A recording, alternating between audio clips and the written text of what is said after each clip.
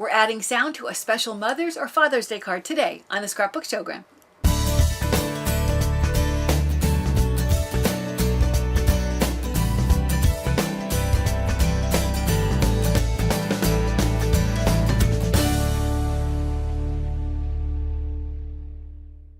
Hi, I'm Sandi Genovese and welcome to the Scrapbook Showgram. Well, today we're going to create a card that is perfect for sending to a mother or a father for Mother's Day or for Father's Day. This one happens to be for my dad for Father's Day. And notice first of all that I've included a little stand for it to set on so that it's something that he can leave sitting out at his house. And I'm going to take it off of the stand and show you that I have a photo on the front that was taken at his 90th birthday party that has a lot of the family all gathered together with some other fun little elements that we're going to create. And then if I turn it around to the back, you can see a close-up of my dad, who we call Yay, with one of his great granddaughters. And notice at the side over here on the back, here's a little thing that says batteries, and here's a little thing that says on off. That's because if you turn to the edge, the thickness of the card is dictated by the mechanism that allows you to add sound. So right now, where it says on off, I'm going to take this little switch and I'm going to move it to the on position. And when I go back to the front, if you look, there's all this, it says Dad and Love, and over here, his real name is Jess Joseph. And so his friends called him JJ, and his first granddaughter was not able to say that when she was little. She could only say Yay, and he's been Yay ever since. So here you'll notice it says push here with an arrow. So I'm going to push, and you can hear the sound that we recorded for this special card. Listen. Happy Father's Day, yay, yay. Happy Father's Day, yay, we all love you. What could be more special? The thing that's fun about this, I'm in Southern California, and my niece, Allison, who's right here, and her daughter, Addison, and the littlest one, who's not in this picture, Quincy, are in San Francisco. So all I did was call on the phone, and I had them into the phone say, we love you, yay, and Happy Father's Day, and the things that you could hear, and then just my voice at the very end. But it is incredibly simple. Let me show you first how this works, and then we'll talk about how to decorate over it. Here is what it looked like, and I have to admit, this one, they come two to a package. So the birthday package looks like this. One that has the gifts and all, and then one that's a little bit more generic. This package that I received first actually had a picture of a silhouette of a pregnant woman, because this was the pregnancy pack. So I decided to go ahead and cover over it. So I'm going to show you how to cover it. But in this case, this is generic enough that you could just decorate right onto the card. Notice that this is the speaker where we're going to actually record the message, and then the two buttons that you're going to press for play and record. And when you look at the side here is the on-off switch. I'm going to turn this one to the on, and there's a little peg that sits in this hole. It allows me, while that peg is in there, I can record, and then I can change it and record again. And all I need to do, once I've recorded one that I like, then I'm going to take that little peg out. I have it here in this tiny little sleeve, so that if I ever want to put it back in to change the recording again, I can. However, the idea is that you're probably going to want to keep it forever. So that's why there's even a place where you can pull out this little tray, and you can see the little batteries. I'll pull this out. Let me do it with tweezers so my hand's not in the way and you can see a little better. You can see, and if I pulled it further, there's another battery there. So it's very easy. If the battery goes dead, you don't lose the recording. You just have to replace it with new batteries. And once you have the new batteries in there, then you can record and you can play again. To record, now that it's on, all I have to do is press record, and I'll leave a special Father's Day message just in the general vicinity of the speaker, which is right here. So I'll just hit Happy Father's Day, yay, we're thinking about you this holiday. It actually will record 20 seconds of sound, which is much longer than we're actually doing now. So once I've recorded that, now let's hit play and see how that sounds. Happy Father's Day, Yay. We're thinking about you this holiday. Very clear, even over the phone. You can record messages from loved ones that are not really, living close. Well, if you wanted to cover over this, as I did with the first, I'll call it the pregnant lady one, what I did to begin with is I started with cutting a piece of paper that was the same size as the actual card itself. And I laid it down. I did tracing paper first so I could see. I want something that will mark. I want that little, the play button to be visible. And if I move this, you can see it's right there. So I used tracing paper to mark where that's going to be. And I've got a little spot there to show that's where I want to place the hole. And you do want to hit play and listen to it and make sure that the paper that you're using is not so thick that covering the holes is going to be a problem. If it is, you could punch a hole out to leave these holes exposed, but let's just try it. I'm going to go ahead and I'm going to hit play. Happy Father's Day, Yay. We're thinking about you this holiday. I can see that I can hear it just fine. So I'm going to go ahead and I'm going to use this paper and I'm going to punch that hole out first. Well, the hole is, if you try to use a hole punch, and the placement is important, I can't get in close enough with my hole punch. I can almost get close enough, but not quite. So I thought I would show you this cool punch that I have. I got it at an art supply store in San Francisco, and I'm looking now for my cutting pad because I'm going to want to put this on the cutting pad. This is actually from Japan, and it's called a screw punch, and you can punch anywhere on the page.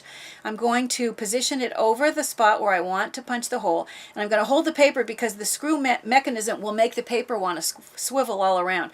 So I'm going to just push down, and that easily I've cut the hole. If you want, if any of that pencil shows, you can go back. I can see a tiny little bit of it there, so I'll get rid of that with my eraser. So now I have the element that I'm ready to decorate. Well, if you look back at the original, I have checks, but I didn't want them to be perfectly cut checks. Then if you get a row that isn't perfect, it doesn't, it's obvious that it's not perfect. I wanted the squares to be kind of lopsided and unusual. I went ahead and I cut a square. This is just about an inch square, and then I cut a strip that's about an inch, and I'm going to use this as a guide, but I'm going to cut a little silly. I want it to be roughly a square, but not exactly a square. So I'm going to just cut, I'll only cut 2 or 3 to get us started here. What you would do once you've cut those out is you would start in one corner and arrange them. And let me cut another one so I can show you. You start going both directions. And you just, once you have it laid out this way, then I went back and I glued them all down, which is what I have here. Here's one where they've already been all glued into place. Now it's time to add some of the other embellishments. Well, I added lots of things. I liked kind of this collage look. So you can see here, these are just stickers where I pulled off to put the word dad. Here is another sticker that writes the word love. I'll pull one off and I'll show you. We'll go ahead and place that one down. Here is the strip that this came off of. And I can see it's attached to a whole. It also is attached to the word giggle and some other things. So I'm going to cut it off, and if I want it to be in the same place, I'll use once again my tweezers so that my hands are out of the way. And it looks to me like it was right about here. So I'll go ahead, and I decided to write it horizontally, so I'm going to stick that down. I used all kinds of fun stickers. Here is a circle sticker that I cut in half, and then I went back and took and trimmed around so that I just have an outside border. I'll just quickly cut an inside sort of circle shape. And once again, they don't need to be perfect because my squares aren't perfect. So what I have is just what looks like just kind of a fun shape that I'm going to add on another element. I do want to be sure and indicate what they do here. So it is important. That's why I have an arrow sticker, and I'm going to position it right above, pointing right there, and then I'll take a pen and I'm going to write push here. So looks like I've written push above it, and the here I've written over to the side, H-E-R-E, and I'll turn it now so you can see. And then I've added some other elements. I have a little portion of this sticker that I put behind here so that I just took a little bit of it, not even the whole thing. I'll take a little chunk here off of it. And if I peel this off, and I can place it behind this little section so that you get just a sense of a little border piece that happens there. So continuing around with all these fun other elements, you can see that I used a heart punch to create this punch here. Maybe I'll do that so you can see, because that's actually not a sticker, that's a punch. And I'm going to punch the heart out of pink, and I'm going to also punch the heart out of black, and I'm going to add adhesive to the black side, but I'm going to trim off so that only the top half is what I'm going to use that's black, and I'll use the tweezers so once again it'll show a little bit easier to you. Oh, black won't show in black. Let me do this. I'll get my hand out of the way as soon as I get this positioned on top of the pink heart. So push it down, and I'm going to put, I raised it up with a little additional piece of foam adhesive. So I'll take a little piece of foam that I've just cut here, and I'll turn this over and put it on the back side and peel off the backing, and then attach this here. And I did also use a white pen to add some dots to the black portion of the heart, just so that it's like a little patterned paper. So you would continue with, here you can see I did the same. This is just a little smaller punch that I used to create this smaller heart here, and I used the white pen to add those flare elements on there. Once again, more stickers, just fun layers to create that sort of collage look. The thing that I ended with is the photo, and what I've done is I've taken and I've printed my photo out in this small 2x3 size. I'm going to place adhesive on the back, and as you can see, I had a tiny bit of adhesive already on there, which helped me to figure out what the size should be of this mat that I'm going to place the photo on top of. So I just want just the narrowest of black bands to fit around this photo. So I have just a very narrow black mat, and then to really give it dimension, I wanted to add foam adhesive. So here I have a longer piece of the foam adhesive that I'm going to peel off the backing and attach this to roughly this position here. And because all of my checks are kind of lopsided and crazy, I'm trying to get this edge straight here, this parallel with this, and the top parallel. But if it's a little bit off, it's not very noticeable, because you've made it forgiving in the way that in the shape of the checks that are created. So that will create this element. In order to cover directly over, all I did was went ahead and put my adhesive on the back. You would put much more adhesive than this. I just want to get enough on there.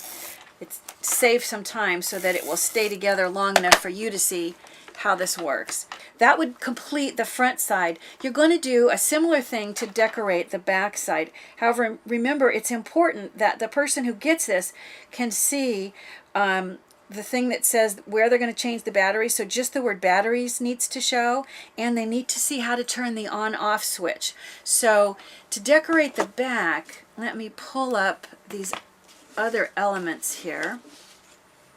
What I did was I cut a green paper, and I just, once again with tracing paper, I figured out that if I want the word battery to show, that this is going to sit like roughly like so. So I'm going to go ahead and put my adhesive.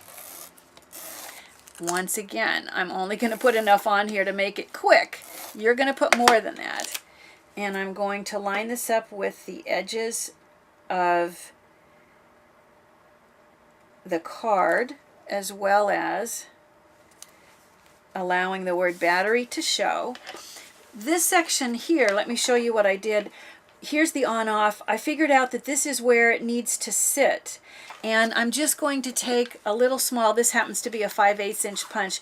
Even this is bigger than I needed. It just was the size that I happen to have handy. So I'm going to go ahead and I can see that I left a little bit of pencil showing. So I would erase that. And then here's one where I don't have to worry about erasing. That already has that. I'm going to attach this over the top as well. Before I attach it, I want you to see on the back, I just added my handwriting that said, love you, love you, love you. That's what the little girls, that's what Quincy and Addison were saying on the tape. They were saying, love you, yay, yay, love you. So I'll write, love you. And I'll start again here. Love you. And you want it to look like it just continues. You would just keep going with that until it's completely decorated. And then go ahead with the adhesive and attach this under the green stripe, just making sure that the on-off area is visible to create this. And then the final elements on the back, what I did was I took black paper, and with my white pen I created background paper. If you haven't seen me do that, I'll do that. I'll do it here on the yellow so you can really see it. I'm going to just go right off the edge to create this background paper. Usually I actually do it on a bigger piece, and then I go back and trim it up later, because you do want to go right off the edge with it. You would do that on the entire strip, but it does give you quick and easy background paper. And then at this point, let's see, this looks like it's the same thickness. Yep. You would go ahead and here I have a larger picture of my dad along with Addison. So I'm going to put the adhesive on this. This is positioned in the middle, roughly. So, and you know, if you want to measure, you can, or sort of eyeball when it's in the middle. And then I used the red and the black paper as a way of adding this final detail. I won't bother to actually fasten that down, but you can see how those elements are created, so that when I pull this back up, you can see what it looks like when you have those elements created on the back of this. At this point, if you're happy with the message, this is when you would want to take the tweezers and you would want to pull out this little, actually I did this before I covered over, there it is. So at this point I can't change the recording now. However, if you decide you do want, you know, you're not happy with it, if you save this little piece, it's little, you can put it right back in, and then it gives you the flexibility of being able to make changes to it or pull it out so you don't accidentally erase it. The only element left is the stand. Now I wanted to be able to put this in an envelope. I just ended up getting an envelope that was quite a bit larger so that it would accommodate the thickness. So you can see this is a 6x9 envelope, which, you know, is not difficult to find. It's a standard size. So easily that can go through the mail. The stand then has to be able to fold flat in order for that to be mailable also. So what I did for that I don't know if you saw the segment on the accordion album with the chipboard covers, but I showed how to make this quick stand. Well, in order to do that, all I did was I took black chipboard and I went ahead and I drew the shape. Basically, it's like of a rooftop. And then I went back and with scissors, I trimmed out a notch from both sides. And what I did when I made the first one, which, you know, became my pattern, I cut out the notch on one side and then I folded it in half and I used this to trace where the second notch would go. I've already done that. I've already drawn it on this side, so I'm going to go ahead and trim this notch out. The thickness of these notches is dependent on the thickness of what's going to sit in the stand. So you can play with it until you have the thickness that works for you.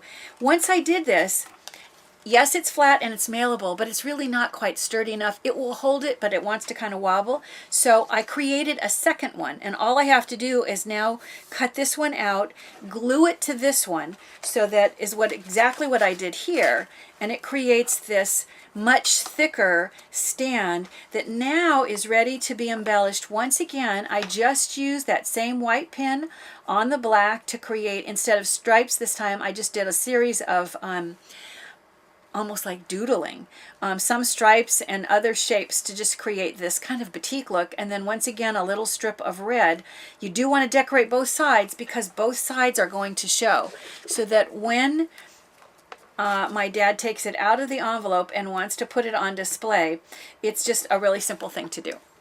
You know, combining sound with photos and journaling, it adds one more wonderful memory that is sure to delight your mother or your father on their special day. You know, I love hearing your comments. Be sure to share us with your scrapbooking friends, or in this case, maybe your card making friends. And if you haven't subscribed, be sure to do so. Remember, it's free. Bye for now.